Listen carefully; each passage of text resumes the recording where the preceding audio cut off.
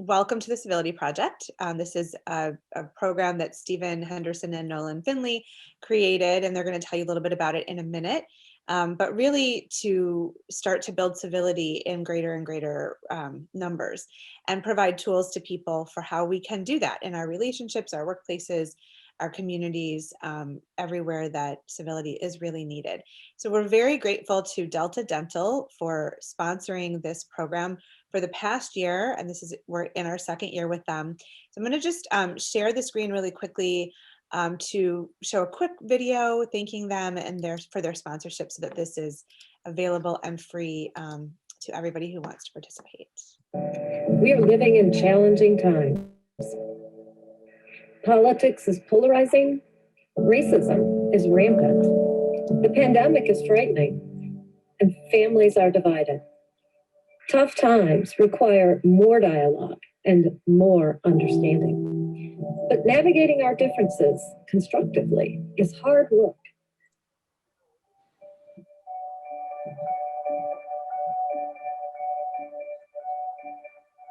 Delta Dental believes that healthy, smart, vibrant communities are also civil and harmonious. They are places where disagreement does not have to be toxic or destructive. Civility starts with listening. Welcome to the Civility Project. So thank you to Delta Dental. And then Stephen and Nolan, why don't we kick it off with the two of you sharing a little bit about what the Civility Project is and how it came to be. Steve, you want to start this time? Sure. The Civility Project is probably best understood as an effort by me and Nolan to take some of the things that we've learned over 12 or 13 years of working and working together and being friends, really, and share that with other people who also share our severe and extreme differences of opinion. When Nolan and I met, I was the editorial page editor of the Detroit Free Press, which is the liberal newspaper here in Detroit. He was and is the editorial page editor of the Detroit News, which is a conservative paper here.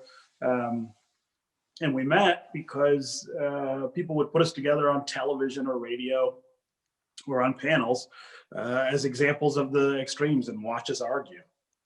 And we were good at it. We're still pretty good at that. We really do see the world in fundamentally different ways. And, you know, if you pick an issue, any issue, you can guarantee an argument really between the two of us. But we also learned as we were doing that, you know, over the years, we learned that that wasn't the only thing that kind of brought us together, these differences. We actually became friends and found that we had a lot of things in common that maybe weren't predictable. And as things in the world sort of got more bitter and more divisive over time, I think both of us started to really ask serious questions about, well, why are we able to maintain, you know, a decent relationship, both working and friendship, despite these differences? Why don't these differences cause us to sort of get away from each other or fight or whatever? And so the Civility Project is the sort of result of that inquiry and our effort to say to other people that it's possible. It's possible to have people in your life who really think differently than you do and who you don't agree with politically.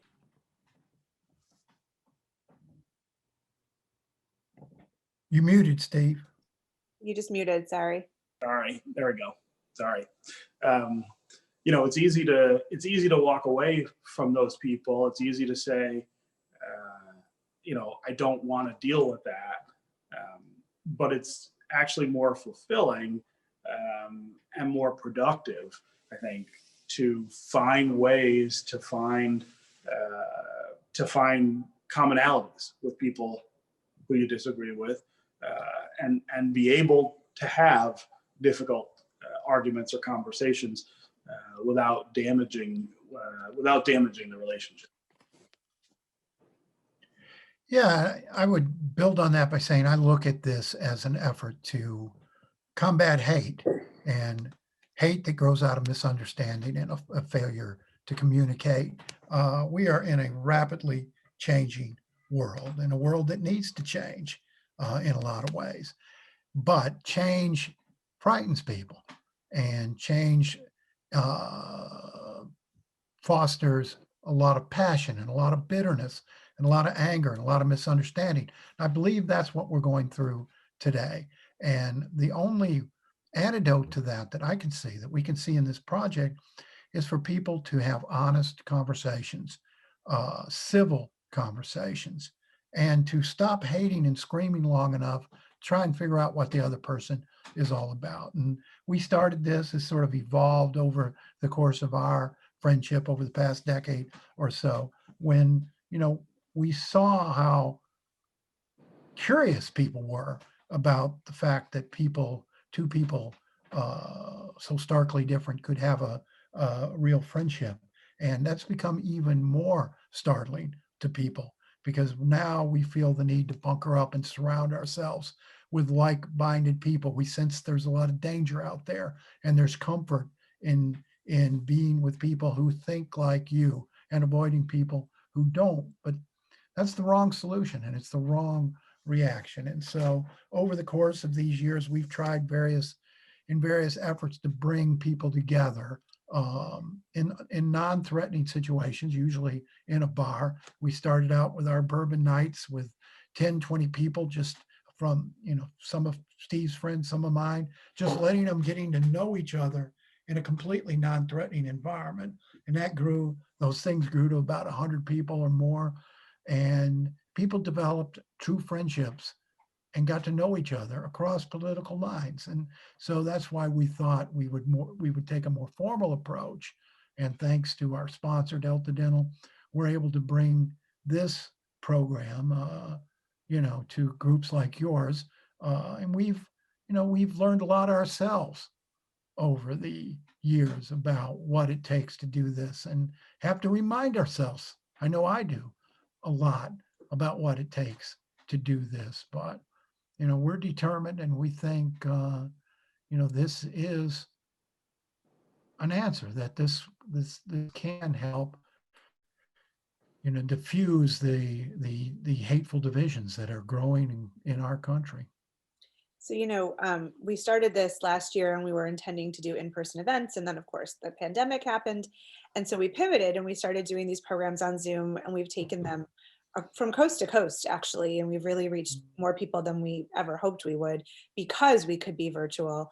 And so, we talked a lot last year about, well, how do you build civility, in a time of pandemic, when everybody's scared and there's, so much information volleying around. And then in a political year, when there's this like really fraught election happening and such deep divides politically across the country. And then, last summer with the racial turmoil and the upheaval that was happening, like, how do we build civility at a time like that? Like, how can people talk if they're on such different sides of things, and so many different, chaotic moments. And then, add into that social media, which doesn't always help and sometimes actually hinders the idea of civility, and so now, I mean, we thought we're past the election, we're seeing the end of a pandemic, we're trying to get to a new horizon. But one of the things we haven't really addressed in these sessions is, well, there's still a lot of divide and turmoil, and we're seeing a lot of political unease still, even with the new administration. So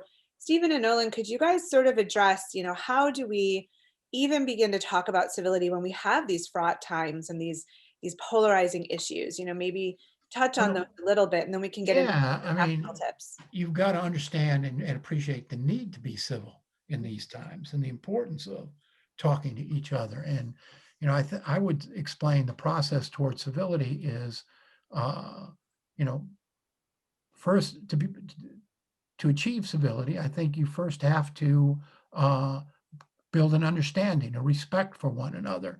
And we always say in these sessions that, you know, most people come to their opinions through the same process. They look at the facts, they look at the data, they look at the situation, then they apply their own values, their own life experiences to that situation and come up with opinion. And if it's different than yours, doesn't make them evil, doesn't make them stupid. It just means they're applying different experiences. And you may think they're wrong, and they may in fact be wrong, but in their mind, you know, they've gone through they've come to this through an honest process, and through the discussion, you know, you all could come to understand each other. And, you know, communication leads to a breakdown of the fear that often keeps people apart. It breaks down to the misperceptions and the misconceptions that keep people apart. You always assume you know why somebody thinks the way they do, and if it's somebody who disagrees with you, you're convinced it's because there's something wrong with that person, something terribly wrong with that person. And you know, that's not really the reality. It's far more complex than that. I mean, I find myself, you know, it really is an interesting process, because you assume, okay, I'm going to agree with people on my side of the aisle and disagree with people on the other side of the aisle. And I increasingly find myself disagreeing with people who agree, you know, who are on my side and on the other side. So it becomes multi-layered, much more complex and much more difficult. And it tests that sort of urge to be or need to be civil. So I think it's a process. And, you know, to just get more specific and get to the point, I know I ramble a little, but what we do is ask people when they're approaching someone who they feel like they would like to have a relationship with, but that person doesn't share your views. Don't start with the argument.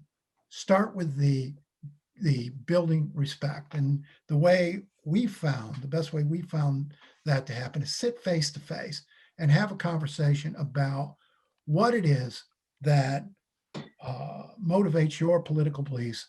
What values do you apply to your decision making? What experiences have shaped you as a political person?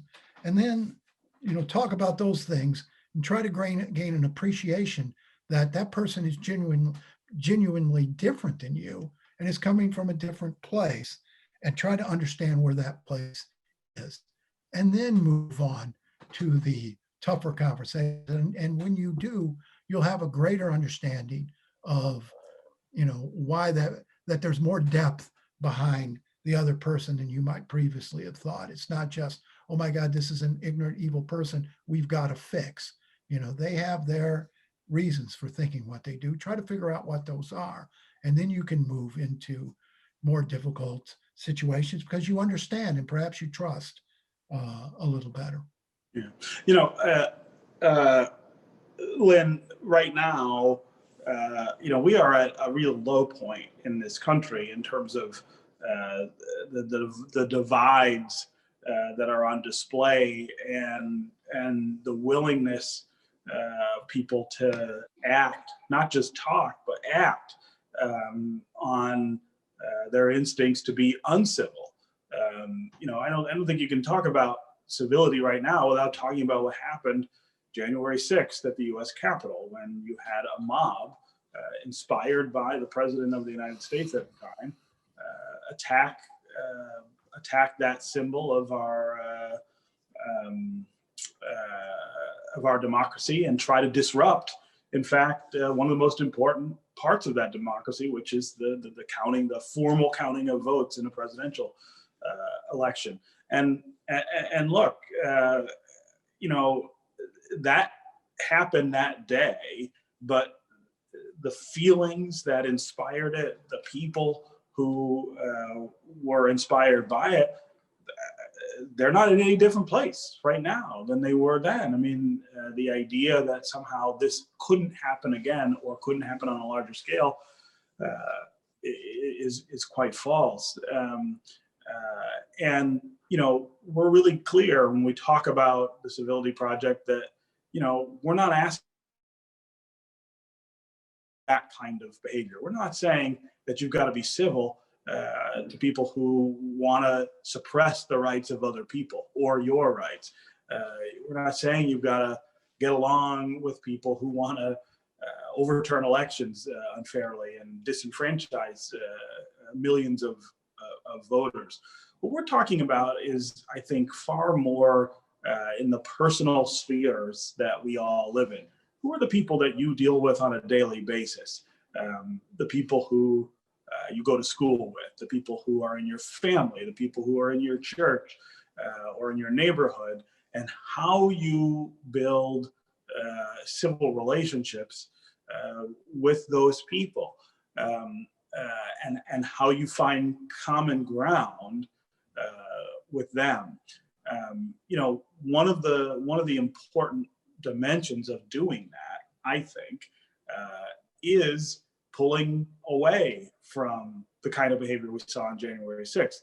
Look, there are lots of people in this country who consider themselves conservative, who voted for Donald Trump for president in 2020, who support conservative policy, but who don't support the kind of thing that we saw on January 6th. And the reason for them to stand up and walk away from what happened on January 6th, I think, is partially the ability to identify more with civil people who sit across the political aisle. All of us who were not part of that, whether we're conservatives or liberals, are on the same side to some degree, right? We may not agree on policy. We may not even agree on some outcomes in terms of what policy affects. But certainly, nobody among those who are part of civil society is in favor of attacking the Capitol and killing people on the day that they're counting electoral votes. Civil discussion, civil relationships are part of the antidote to the power that groups like the one that attacked the Capitol actually have in our politics. Now, it's difficult to do that because what it does is it highlights the differences that we have and elevates them to an incredible level. And so it becomes even more difficult to have that conversation. But that's why we talk about stepping away from those differences and trying to build trust across different lines, across not lines of familiarity, lines of honesty and transparency, and knowing somebody for more than what their politics actually is, right? I know that Nolan's a conservative. I know that we would disagree on lots of policy issues, but I also know a lot of other things about him, and I know especially about the things that we have in common and that bring us together.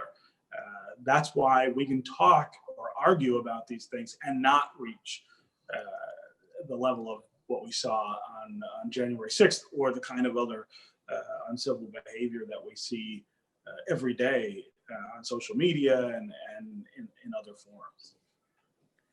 Don, And, one of the things we have in common, I mean, Steve talked about our commonality, and it's not a lot on the issues, but one of the things we have in common is that we do want us all to get to a better place. I mean, we want this to be a fairer, more prosperous world. We've got different ideas about how to make that happen. We both want to see everybody having a fair shot to participate in this, at every level of this country, particularly in the economy. We may come to that desire from different places. Steve has lived it. As a conservative, I believe it is an economic disaster for us to intentionally maintain a chronic underclass. I think it's bad for everybody's prosperity. And it doesn't really matter what motivates us, or it's not even all that significant that we have different ideas for achieving that opportunity and that leveling of the playing field.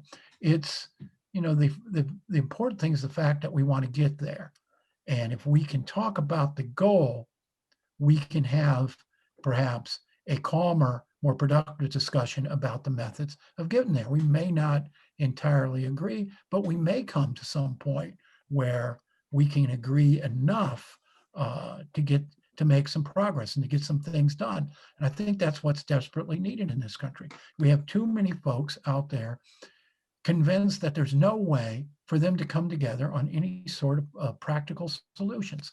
I describe myself, I have from the beginning, as a pragmatic conservative.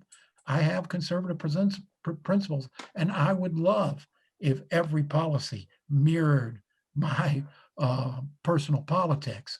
But I also understand we need to get some things done. So I'm willing to give to get a solution in place. And I don't think all that long ago, that was so uncommon that people recognized that the most important thing was progress, was getting things done, not being mired in a horrible place. And we are mired in a horrible place right now, lurching back and forth. First, Republicans are in power and they change everything, and then Democrats are in power and they change everything back, and that cycle never ends. And we're not making any progress toward our goals, toward the mutual goals. And I think that's where honest conversations, civil conversations, and that willingness to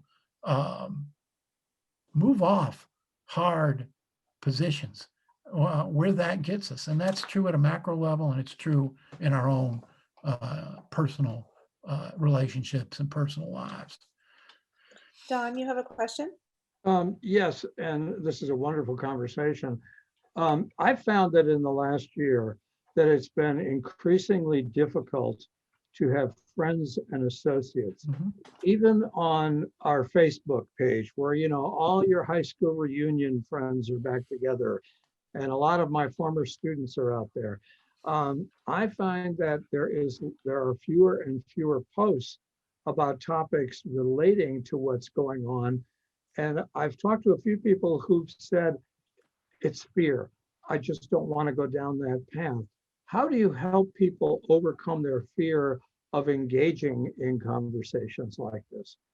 Well, Don, that's what this is all about. I'm glad you asked that question, because communication helps lessen the fear. And so that process we talked about in the beginning of getting to know the person for beyond just their political positions, getting to know what shaped them, helps you to break down the fear. And then setting honest goals for your conversation. When you say it's hard to have a conversation with these people, what's your goal going in? Are you setting out to convert? Are you setting out to win? Because, there's really, conversations aren't a competition. And if your goal is to win, to convert, I don't know how many hours I've spent talking to Steve, either in, on television or on radio shows or over a glass of whiskey. I haven't moved him a bit, and I don't expect to, and probably would be disappointed if I did. A lot of the fun would go out of this maybe, but set an honest goal. The conversation is not a competition.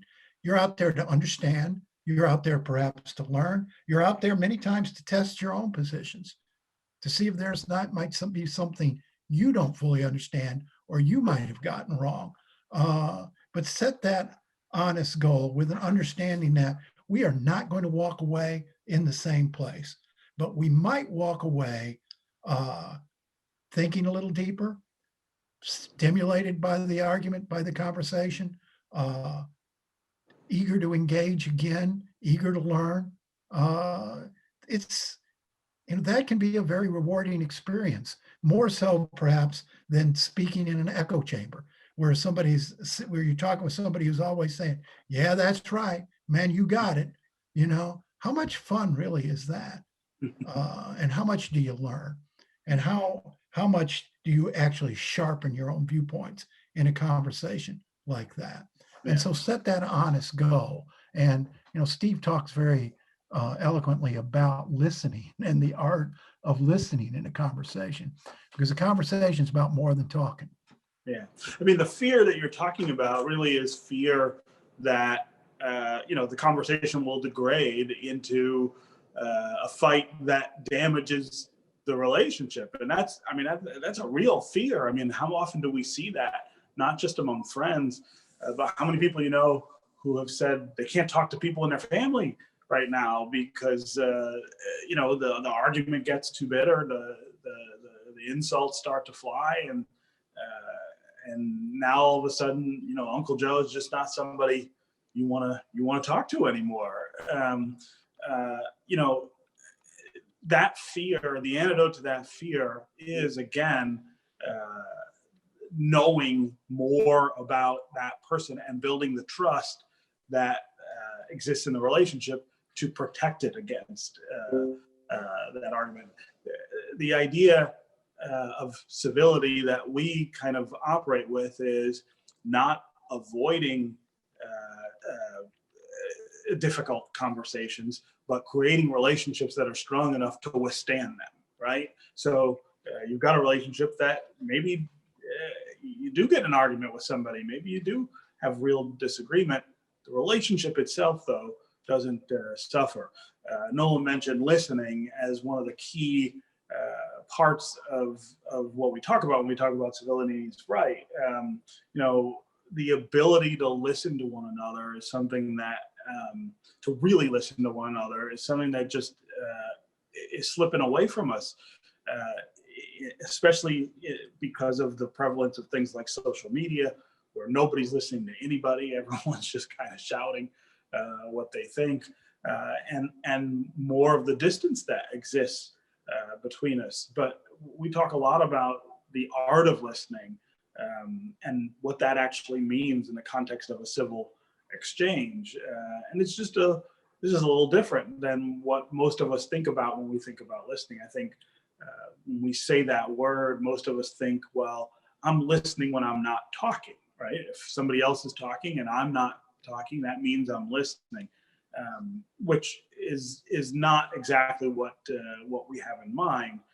Because a lot of times when someone else is talking, we're in our own heads. We're not really listening to what they're saying. We're thinking about what we're going to say the next time they stop talking. What are we going to say back? Or we're judging what they're saying pretty harshly and thinking about all the reasons that they're wrong. We talk about listening as an active tool in discussion, where you really are investing in the ideas that the other person is putting forward, even if you disagree with them.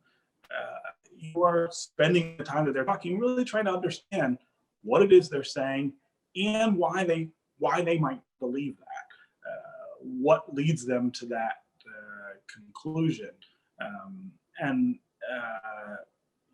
We have, I have some pretty tried and true tests for myself to judge whether I'm actually listening to someone. One is, when they're done talking, can I actually repeat what they said, and not in a mocking way, but in a genuine and faithful way, really restate the argument that they were making and the points that they were trying to make. The other is, what questions do I have for that person? I mean, I think when you're really listening to somebody, you have questions about what they're talking about and where they got it and why they believe it. And checking yourself, I think, in a conversation to make sure that that's true when someone else is talking is really, really important. Stephen, and sometimes, Lane, if I may, sometimes, a bit of gentleness is required. I have a person now in my life, a relative we've been close as brothers since we were boys. We've worked together on, various projects, and, he was like me, conservative and in the same vein. And then all of a sudden he has, been poisoned by these internet videos and these conspiracy theories to the point where even his children, even his wife are starting to, handle him with, like he was a stick of dynamite walking, around him. And, I won't get into specifics, but it's become very, this is a guy, good job, good family, older, good life. No reason to be as bitter and as scared and paranoid as he is. And everybody's avoiding him. Everybody's like, got to stay away from him. He's too crazy. And I've been trying to engage him with a gentleness, certainly not affirming his views, but trying to bit by bit figure out how he got to this point. What is it that's going on inside him that brought him to this point? Because it's not healthy for him. And he's, like I say, everybody he loves and knows is blocking him on the internet, and it's not healthy. And so the easiest thing in the world would just be to stay away from him. But I'm trying to take a more gentle approach and listen, see if I might hear something to give me a clue. Well, and that's also because you have a bond with him. And I think that's something you guys talk Mhm. about, is like, you don't go up to someone on the street who has different politics and say, hey, let's start talking about it. You start with the relationships you have at work, at home, in school, whatever they may be.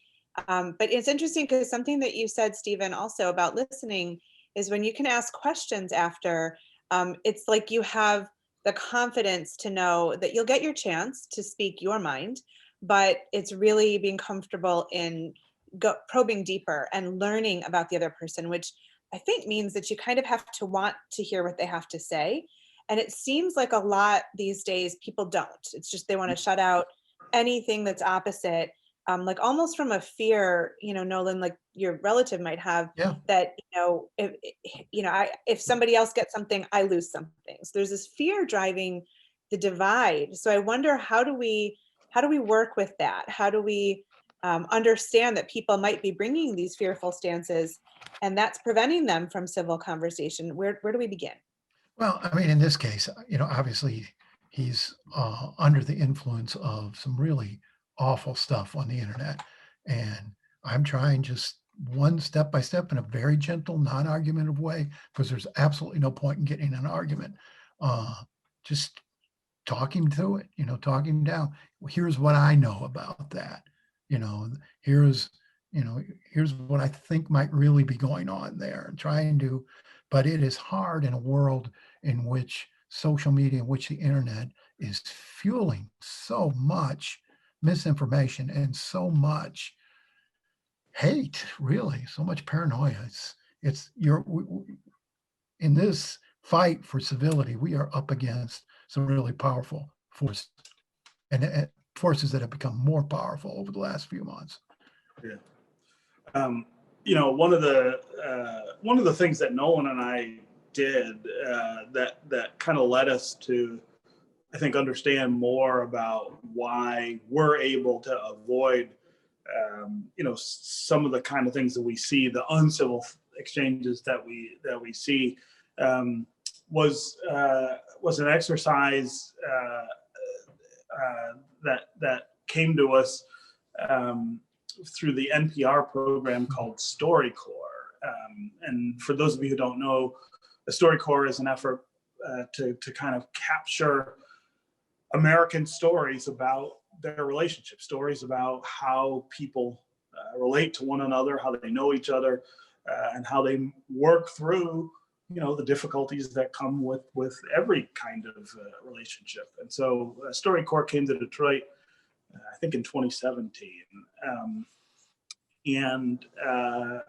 I signed us up. I signed Nolan and I up to go down there. Most people take family members or they take their spouses or somebody, but I got really excited about the idea of Nolan and I going and spending the time talking about who we really were. I thought that if we spent that hour really talking about where we get the ideas that we have, like what makes Nolan Finley a conservative? Why does he see the world that way? What were the experiences that he had that led him to believe that that's the right side for him, and vice versa. Well, what are the experiences that led me to conclude that that liberal ideas are the right way to pursue the things that I believe in? And so we went down there and talked for an hour, both of us explaining kind of our stories, right, our histories, and saying to each other, here's where all of this comes from. And it really achieved a couple things. One was that we both learned a lot about each other, things that we didn't already know. I mean, we'd already been friends for almost a decade at that point, but we learned new things about each other in that experience. But the other thing I think that happened was it gave both of us an even deeper appreciation of the differences that exist between us, and respect for those differences, right? The idea that this doesn't just kind of come out of left field. It doesn't find its roots in some sort of nefarious motive or goal. That there are genuine differences in the way that we've experienced our lives that lead us to different conclusions about politics and policy. It also, I think, allowed us to find some more similarities between the two of us, things that we both kind of experienced and maybe drawn different conclusions about what that experience taught us. It was an immensely valuable exercise, and that really did give a lot of power to this idea of the Civility Project, that if you could encourage other people to do that, to step away from the things that they fight about or argue about and talk about where their ideas come from, get them to explore that, that it becomes easier. It becomes a lot easier then to have real disagreements without it ending up in really bitter disagreement. And you talked, the question was about, how you get people past that fear of avoiding these things. This is one of the things I think that helps, knowing more about the people you're talking to. So I have a question, because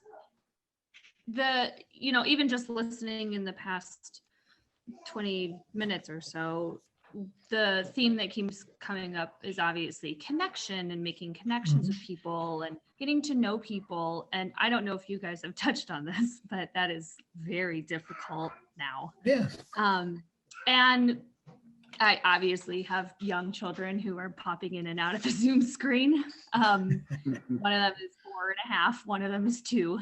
And so the issue that I'm finding, and that obviously a lot of parents are finding, is that, I want to raise my children in a certain way. I was raised to be very non-racist and non-judgmental and not, but I had opportunities to see people.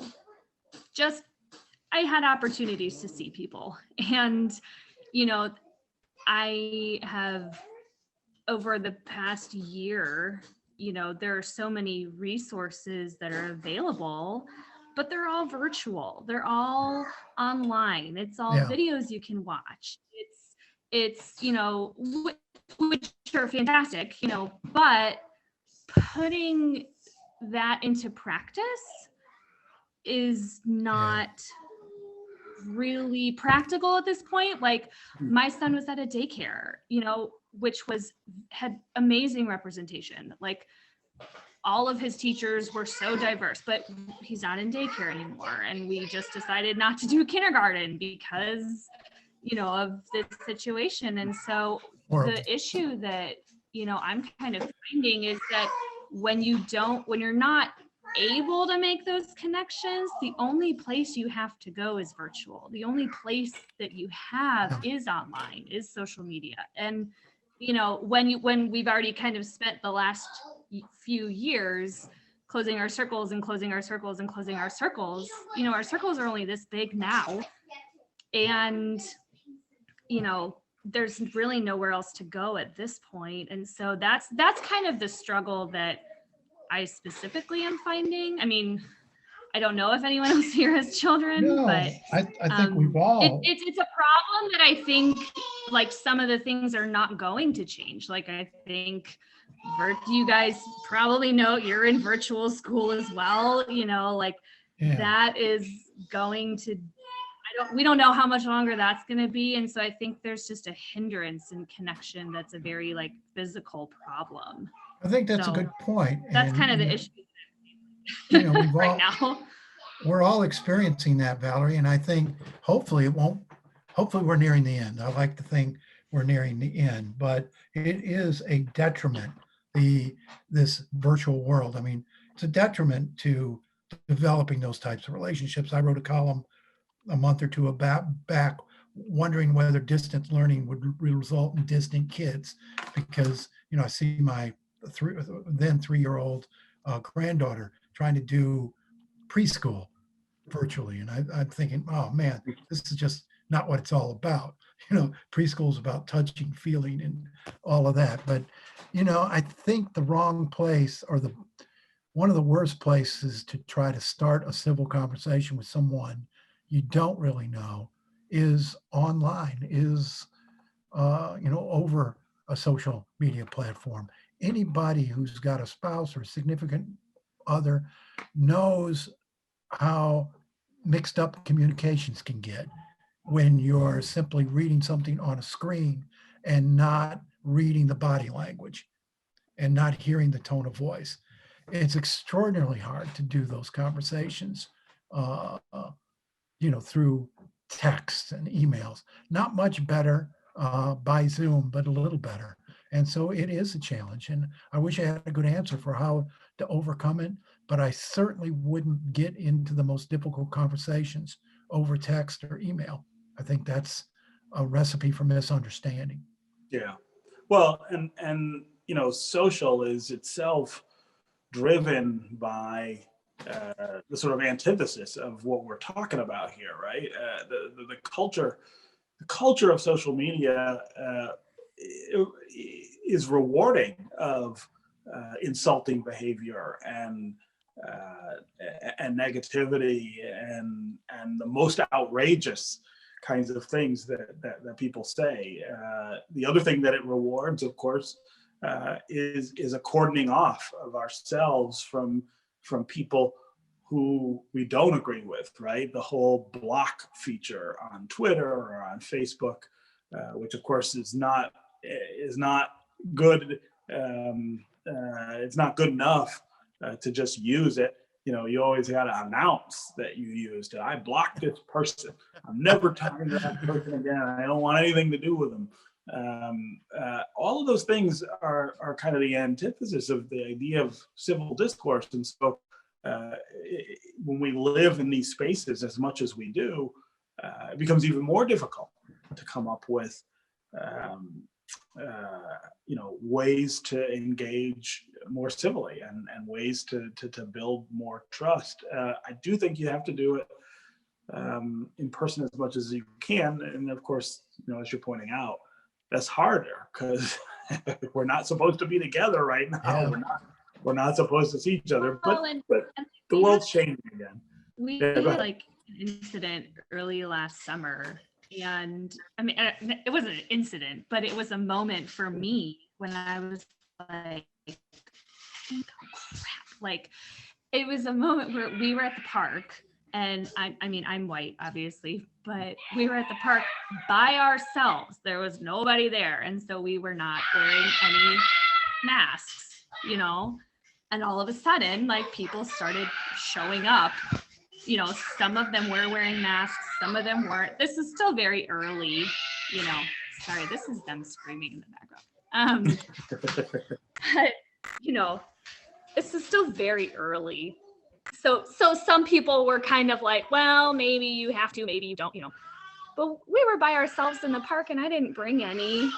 And all of a sudden people started showing up. Well, I had to be like, okay, well, you can't go near those people because we're not wearing masks, honey. Like, it's not okay for us to be, well, they were all Black families. And I was like, like, okay, so am I now, you know what I mean? But I just had that moment where I was like, oh, great. And these people probably think like I'm, some like entitled white Karen in the park who doesn't want to make her kids wear masks. You know what I mean? Like, it was just that moment for me where I was like, here we are at this like intersectionality of COVID and cultural conversations. And I'm just like, how do we handle these things? Like, how do I handle this? And, my son was 4. He didn't care. He didn't notice. But I'm sitting here trying to be conscious of those things and trying to be conscious of like, how do I help my kids understand that, understand these things and navigate these Yeah, things. it's tough. And so If there ever was a time to cut people a break, to give people the benefit of the doubt, I think this is it. Now. I think we're too knee-jerk in condemning each other. We're too eager to point fingers and make assumptions. And man, what we need is a little, just a lot more kindness right now, and a lot more of the ability to laugh things off and say, I understand. Yeah, well, I mean, I think that's actually a really important point right now, and we've talked about this a lot in the last year. Take away the pandemic, take away the BLM movement that we saw sort of sprout up and grow last summer, take away the controversy over the election. We still were at a point where there were a lot of really challenging and confusing issues in front of us. And so then you add those other 3 things on, and it is really difficult to make decisions about, okay, well, what is the right thing to be doing here? What is the right way to be relating to this person? And I think it's important to give other people a break and understand that everybody is under tremendous pressure that they weren't under a year ago, and that all of these things are confusing. But I think it's also okay to give yourself a break and understand that you're under the same pressures, and that this is confusing stuff in a lot of cases, and you might not always make the right decision or say the right thing, and that actually has to be okay. And I mean, it's one of the other real marks of incivility we have is the idea that people who make honest mistakes, I'm not talking about people who do things that are malicious and evil. I'm talking about people who are otherwise well-intentioned, who may not in the moment find the right words or be able to do exactly the right thing. We got to be able to have room for that, and not just shut people out or shut them down because they make those mistakes. That's really a tough line to walk, because you do have people out here, as we saw on January 6th, who are up to no good. But that's not most. I don't think that's most Americans. And I think in most of our lives, that's not most of the people we deal with, on a daily basis. Most people are trying to figure it out, and they may not get it right the first time, or maybe even the 5th time. But they're trying. I tell this story a lot about my daughter's school here in Metro Detroit, which is a school that for more than a century was not diverse at all. It was all white. No African-American kids were allowed there at all. And over the last 40 or 50 years, they've been trying really hard to go in a different direction. And over the last 5 years, they really have taken some big steps forward that you would never imagine that this school would. But they hired an African-American to be principal of the middle school at this school, which is a big deal. First senior African-American leadership ever at this school. And one of the white parents, who was pretty excited about the idea of diversity and expanding diversity, went up to this new principal and said, I just want to thank you for being Black, which which is not the way to express what that person was trying to say. But look, he was well intentioned. He was trying to say, hey, look, this is something we ought to be doing, and it's a good thing that you're here. And I was pretty proud that the principal saw that and didn't jump all over the guy and didn't make a big issue of it, but said, hey, here's something we ought to be talking about, is how we talk about diversity at this school. I think that kind of approach really does, it leads you to more civil outcomes than overreacting when it's not necessary. We have two questions, two hands up, and I know we have about just under 10 minutes left. So Princess, would you like to share your question, and then Melania, go after that? Yeah, so Valerie, I get what you're saying, and in that part, I totally understand how vulnerable you might feel at a time like that, when you think you're completely in the unknown, and then everything that could go wrong goes wrong. But I think that's a moment to take the opportunity of being vulnerable and acknowledging that, hey, I know that like this is like the extraneous circumstance that I was not expecting, and just to like embrace you being uncomfortable, embrace you being vulnerable, and just like connect with them about it. Because I would even just be like, oh, excuse me, I didn't expect people to come in. Or like the same thing when you're walking into a store and you say you forgot your mask, and you're like, oh shit, I don't have my mask, let me go grab it. I think the most important part about taking a step towards civility is embracing you being uncomfortable at times like this, because that's what matters most, is that we're all uncomfortable. We're all experiencing, weird situations. We're all don't know what to expect for the next day to come. So I think just building a connection in weird moments can even foster a connection there. So I hope that helps. Yeah. Great advice. Great advice. One of the things we talk about is that you can have a civil conversation that doesn't appear to others to be civil. And if you've been around Steve and I watch this on TV, we scrap, and we scrap sometimes very passionately and very loudly. And you'd swear, oh man, these two guys hate each other. So we are, working on a sizzle wheel to show some of our worst moments, but we do get after it. And what we don't do, though, is walk away. We don't hold it personally. We don't get personal. We don't call each other names.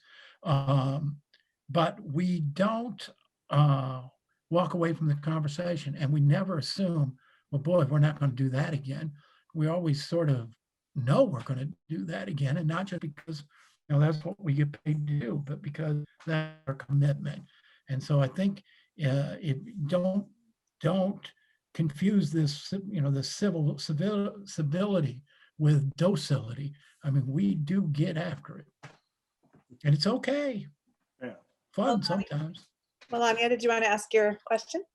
Well, yeah, actually, it's not a question, but it's more like a comment, and actually based off of Nolan and what Nolan and Stephen have been saying throughout here made me think of an example that I found myself earlier this summer at the beginning of like the Black Lives Matter kind of demonstrations.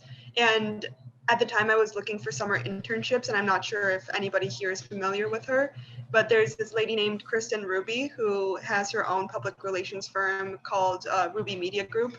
And she's also a Fox News commentator, and she's very clearly a conservative, and she's like an established publicist in a county of New York. But despite her political leanings, she was kind of like aware enough to bring attention to the issues that were currently happening at the time.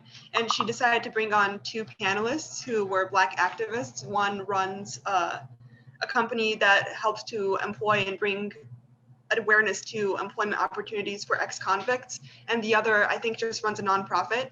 I'll link to it here.